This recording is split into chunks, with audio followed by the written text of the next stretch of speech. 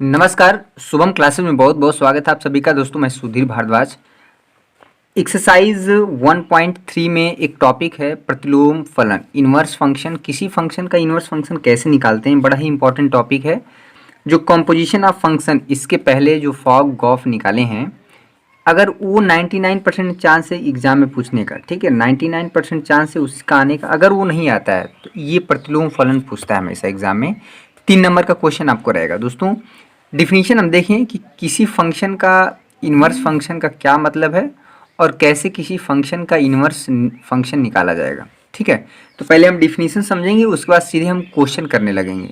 उसमें बहुत ज़्यादा इधर उधर करने की आवश्यकता नहीं है, सीधे हम डिफिनीशन उसके बाद क्वेश्चन। डिफिनीशन क्या है कि समुच्चय x से y में कोई फलन, मान लीजिए फंक्शन एक f डिफाइन है, का प्रतिलोम फलन को f इनवर्स से परिभाषित किसी फंक्शन का, यानी कि एक फंक्शन हमें डिफाइन रहेगा, दिया रहेगा, तो अगर उसका इन्वर्स निकालना तो इसको जो नोटेशन है f⁻⁻1 है। क्लियर है,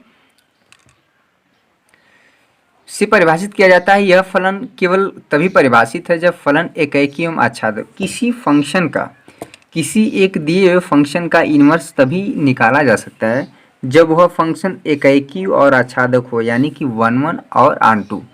तो कोई फंक्शन खाली अगर कह दिया जाए कि इस फंक्शन का इन्वर्स निकालिए या चेक करिए कि इस फंक्शन का इन्वर्स एग्जिस्ट करेगा कि नहीं, तो आप चेक करेंगे कि फंक्शन 1 1 है, ऑन टू, ये दोनों होना चाहिए। अगर 1 1 है, ऑन टू नहीं है, तब भी फंक्शन का इन्वर्स नहीं निकलेगा।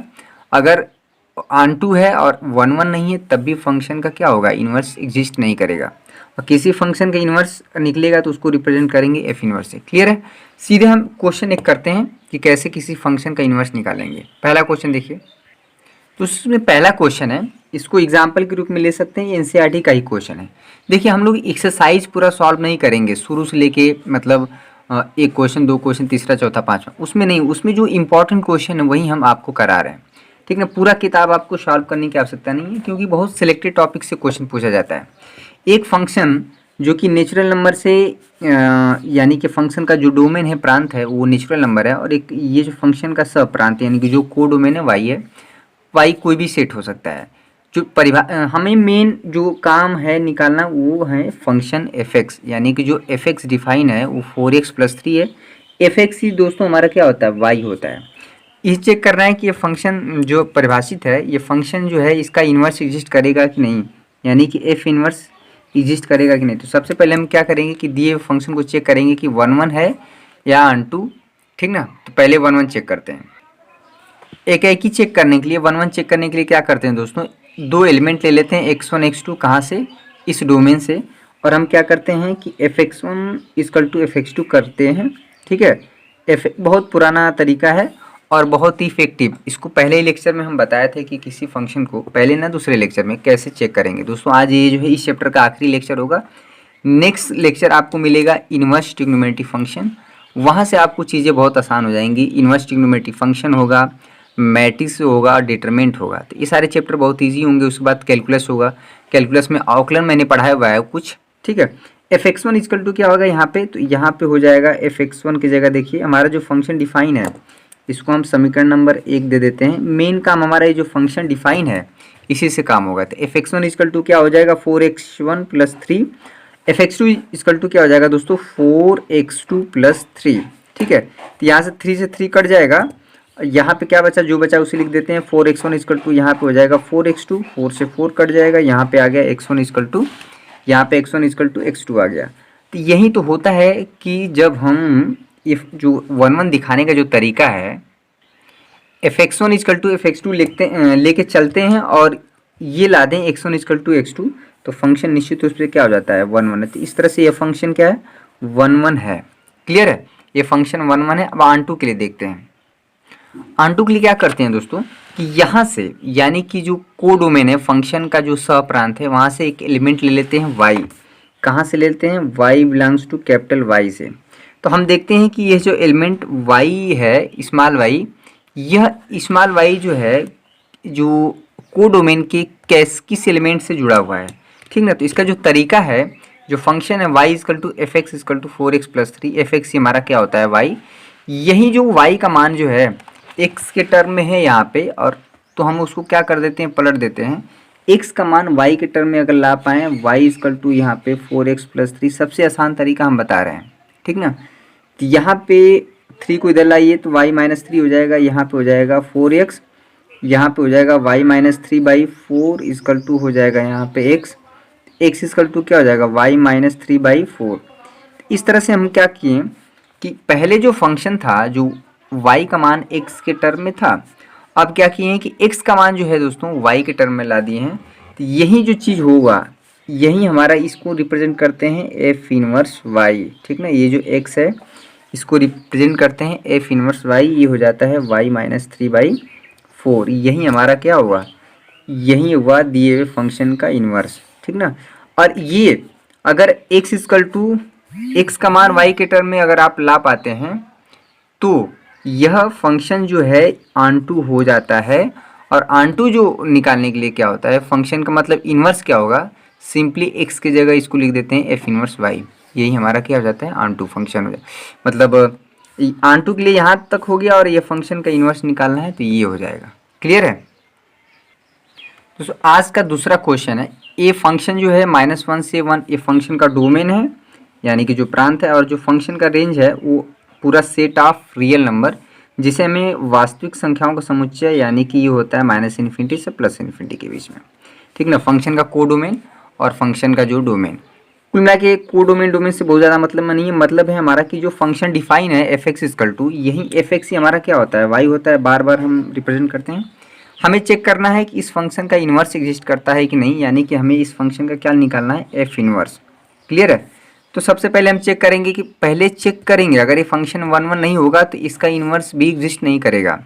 तो आप सबसे पहले चेक करिए 1 1 1 1 चेक करने के लिए हम लोग क्या करते हैं कि f(x1) इक्वल टू, वही तरीका देखिए, बार बार प्रैक्टिस करते जाएंगे तो आपको 1 1 ऑन टू चेक करने में दिक्कत नहीं होगा। f(x1) इक्वल टू f(x2) ले लेंगे, f(x1) हमारा क्या हो जाएगा, x1 अपान में x1 प्लस 2, यहाँ से हो जाएगा x2 अपान में जो हमारा फंक्शन है f(x) equal to x upon x plus 2। x की जगह अगर x2 करेंगे तो जहाँ जहाँ x होगा वहाँ x2 हो जाएगा, तो यहाँ पे हो जाएगा x2 प्लस 2। इसके बाद हमें क्या करना है, क्रॉस मल्टीप्लिकेशन कर दीजिए, इसका इसमें मल्टीप्लाई करेंगे तो x का इसमें हो जाएगा x इंटू x2 प्लस यहाँ पे हो जाएगा दोस्तों 2x1, इसका इधर मल्टीप्लाई करेंगे तो ये हो जाएगा x1 इंटू x2 प्लस यहाँ पे हो जाएगा 2x2। क्लियर है। तो यहाँ पे देखिए x1 ये हमारा कट गया, ये इससे कटा, अब जो बचा हमारे लिए क्या, 2x1 इक्वल टू, एक देखिए 1 1 चेक करना, ये सारे स्टेप आपको करने पड़ेंगे तभी आपको एग्जाम में नंबर मिलेंगे। यहाँ से 2 से 2 कटा तो यहाँ पे क्या आ गया, x1 इक्वल टू x2 आ गया। इस तरह से f(x1) इक्वल टू f(x2) लेके चलते हैं और अब उसको ला दिए लास्ट में x1 इक्वल टू x2, तो ये फंक्शन हमारा 1 1 हो जाता है, एक ही हो जाता है, इसलिए फंक्शन क्या है, 1 1 है।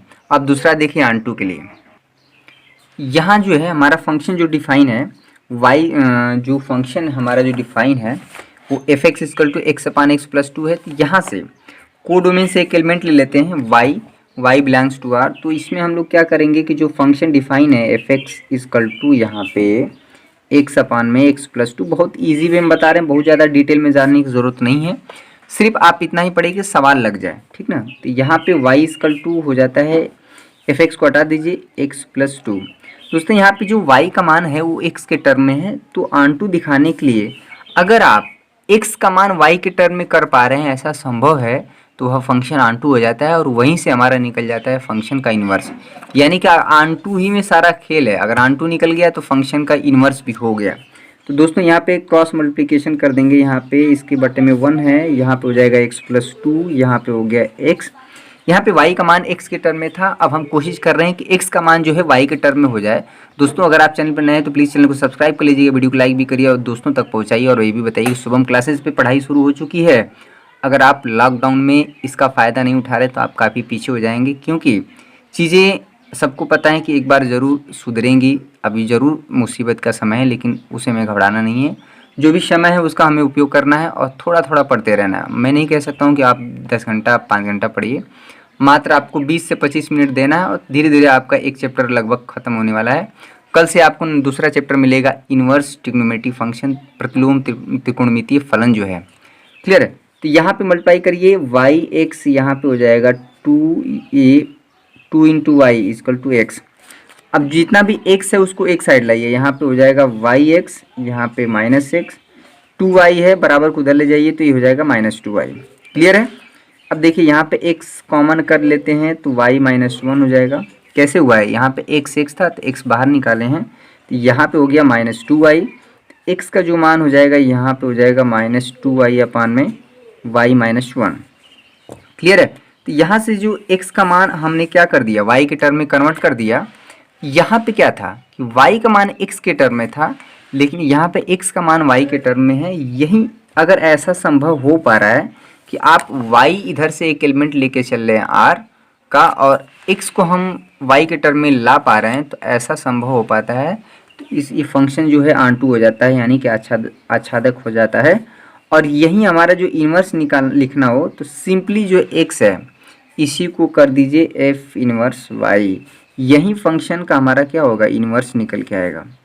कुल मिला के यानी कि एक तीर से दो निशाने लग रहे हैं। अगर आप 1 2 निकाल ले रहे हैं तो फंक्शन का इन्वर्स भी आप तुरंत लिख देंगे। तो यही फंक्शन का हमारा क्या होगा, इन्वर्स होगा। क्वेश्चन नंबर 3 देखिए।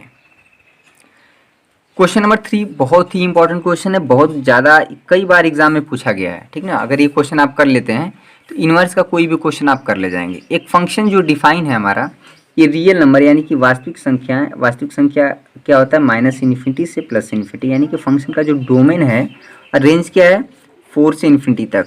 4 पे यहाँ पे क्लोज इंटरवल लगा है तो इसका मतलब हुआ कि यहाँ पे आप जो है 4 इंक्लूड होता है। चलिए ये सब बहुत ज़्यादा डिटेल में जाने की जरूरत नहीं है। कुल मिला के हमें फंक्शन से मतलब है, यानी कि जो एफ हमारा डिफाइन है यही हमारा होता है y। दोस्तों हमें चेक करना है कि इस फंक्शन का इन्वर्स आप निकाल पाएंगे कि नहीं।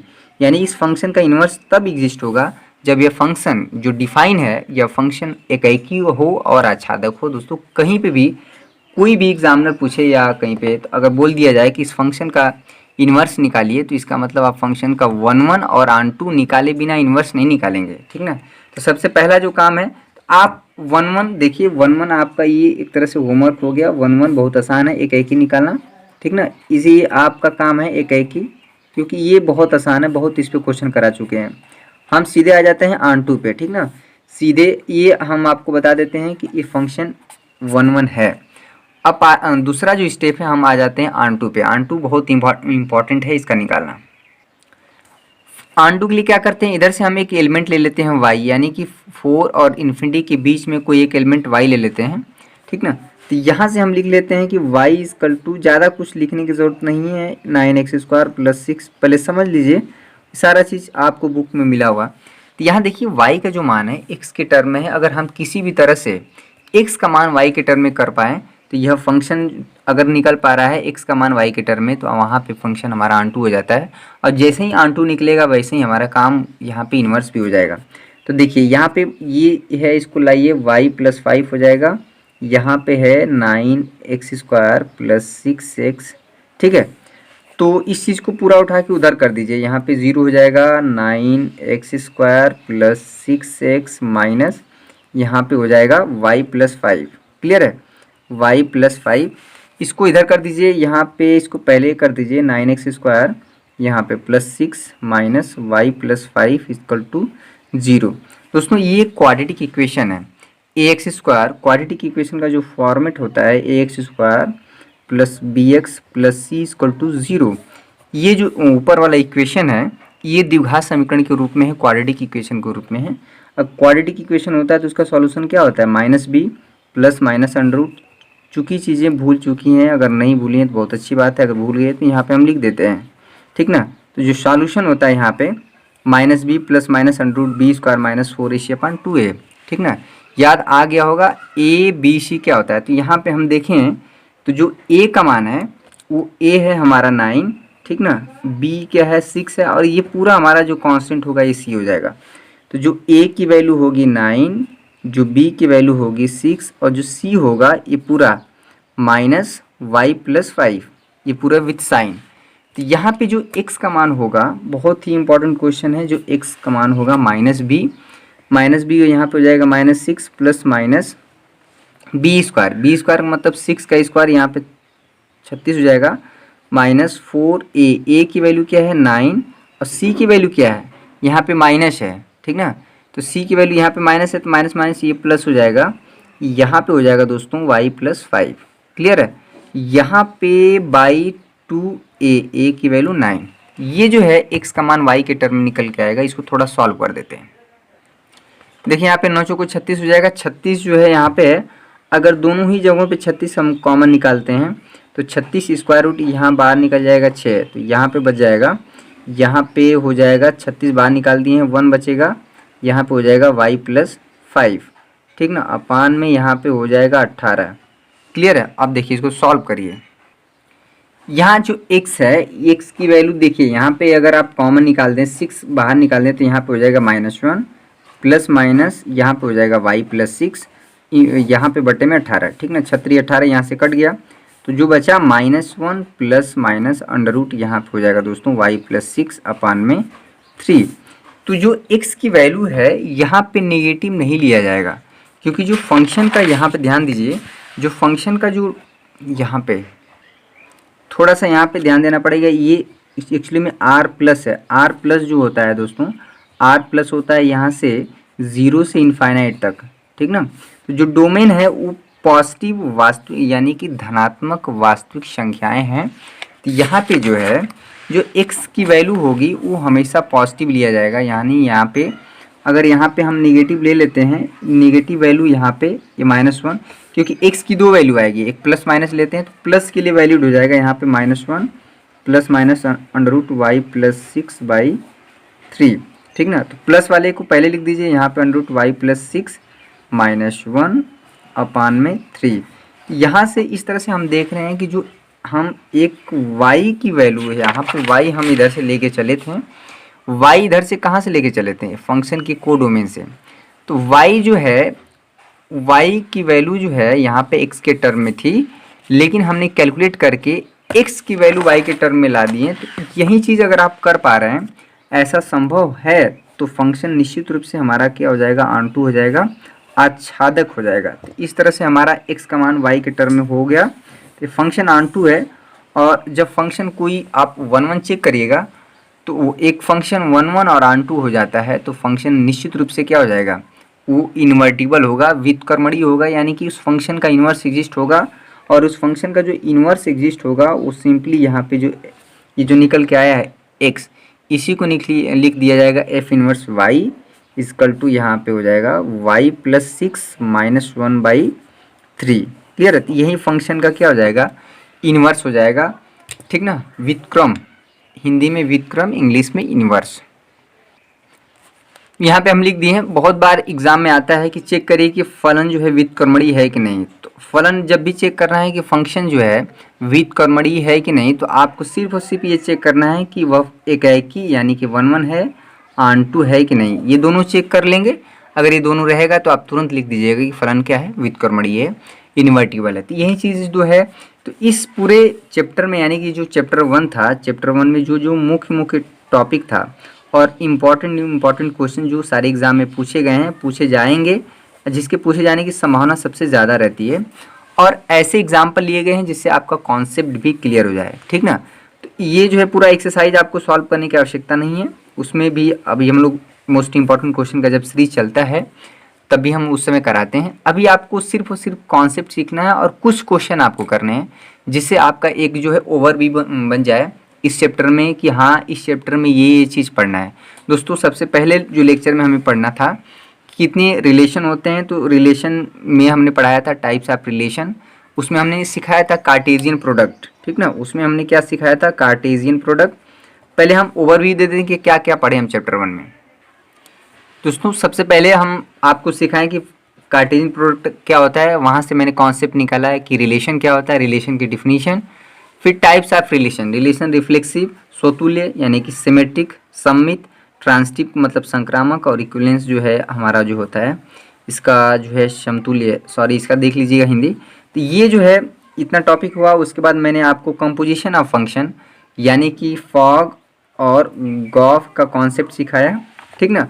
उसके बाद किसी फंक्शन का इन्वर्स कैसे निकाला जाता है। तो ये जो है मुख्य चीज़ें हैं आपको इस पूरे चैप्टर में पढ़ने। इस चैप्टर में बहुत ढेर सारे सवाल हैं, बहुत ज़्यादा आवश्यकता नहीं है सबको करने की। गौ फॉग पे आपका फोकस पूरा रहना चाहिए। हम बार बार चीज़ें बोल रहे हैं, क्यों? क्योंकि ये बहुत ज़्यादा एग्जाम में पूछा गया। तो दोस्तों चैप्टर 1 इस तरह से हमारा समाप्त हुआ, और कल से आपको चैप्टर 2 का जो है कॉन्सेप्ट सिखाएंगे, और साथ में हाँ, चैप्टर 2 सिखाने के लिए हमको पूरा त्रिकोणमिति का, यानी कि जो आप 10th और 9th जितना भी आप पढ़े हैं 10th 11th में त्रिकोणमिति, उसका पूरा फार्मूला चाहिए, ठीक ना। तो आप 11th की बुक है चाहे 10th की बुक है, तो वहाँ से पूरा फार्मूला एक जगह लिख लीजिएगा। हालांकि हम भी लिख लेंगे, ताकि हमको भी ज़रूरत पड़ेगी और साथ में आपको भी ज़रूरत पड़ेगी, क्योंकि चीज़ें बहुत ज़्यादा यूज होने वाली है ट्रिग्नोमेट्री में। पीछे की जितनी सारी चीज़ें हैं, क्लास 10th में पढ़े हैं, 11th में पढ़े हैं, सब फार्मूला यूज होगा, और साथ में जो है जितने भी त्रिकोणमिति के कॉन्सेप्ट हैं वो हम सिखाएंगे। उसके बाद जो है फार्मूले हैं, और उससे सवाल जो मोस्ट इंपॉर्टेंट क्वेश्चन है वहाँ से हम बताएंगे। ठीक है, तो आज के लिए बस इतना ही। चैप्टर 1 जो है इस तरह से पूरा ख़त्म हो गया। उसमें बेसिक जो कॉन्सेप्ट था, और बहुत ज़्यादा हम डिटेल में नहीं जा रहे थे, क्योंकि ये चैप्टर ऑलरेडी, क्योंकि सेट थ्योरी से है, इसमें फंक्शन का डोमेन है, रेंज है, बहुत सारी चीज़ें हैं, लेकिन हमको उतना सारा चीज़ें नहीं पढ़ना है। इतना पढ़ना है कि हमारा इस चैप्टर से 3 नंबर उठ जाए, ठीक ना। 3 नंबर हमारा उठ जाएगा तो हमारा अगले चैप्टर से काम बन जाएगा। ठीक है, तो आज के लिए बस इतना ही। बहुत बहुत धन्यवाद। आपका दिन शुभ हो।